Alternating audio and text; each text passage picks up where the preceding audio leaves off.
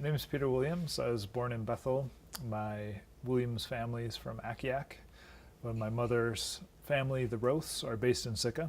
I was raised in Sitka and I've been there since I've been little. I use is seal and sea otters in hand skin sewing. They're from animals that I hunt myself, and I feel that my art is the entire process of asking those animals for their life, doing Yupik ritual to give thanks and respect to those animals, and processing the hides and sewing them and making garments out of them. And so I feel that my art is having a connected and respectful and spiritual relationship with marine mammals. So teaching what in Alaska is called the trapper hat. Molokai is another, it's like what Yupik refers to that style. There was enough funding to make entire fur outer cover out of beaver, and then also like the ear flaps, which is a significant amount of fur. So it was nice to be able to do that. You can squeeze 3 patterns on each one is what you want to do, because you're going to be making 2 patterns of this, one of here, 2 of the covers, 1 of here. And then if you leave this 2 for this part later.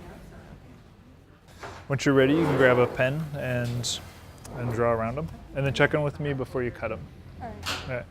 I think it's important to keep in mind that these were living beings and they had a family and they had a life and emotion and spirit, and now they're in our lives and becoming a part of us, and we're creating with them and just becoming closer together.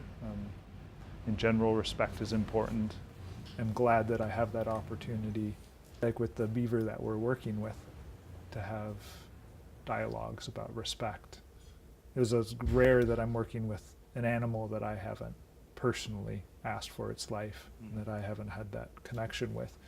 I learned by what the Western world would call self-taught. I read books and I would talk to people who I would deem as experts, both in the hunting aspect and tanning aspect, like how to take care of an animal, and then sewing, talk to native craftspeople, and then I would talk to non-native furriers, reading books, and experimentation. Cut towards yourself. Like if you're going to cut here, I would rotate the pelt.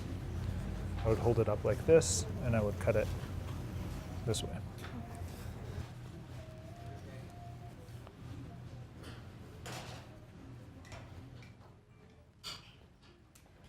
Being able to talk a bit about what it means to me and why I do it, I feel is also the work.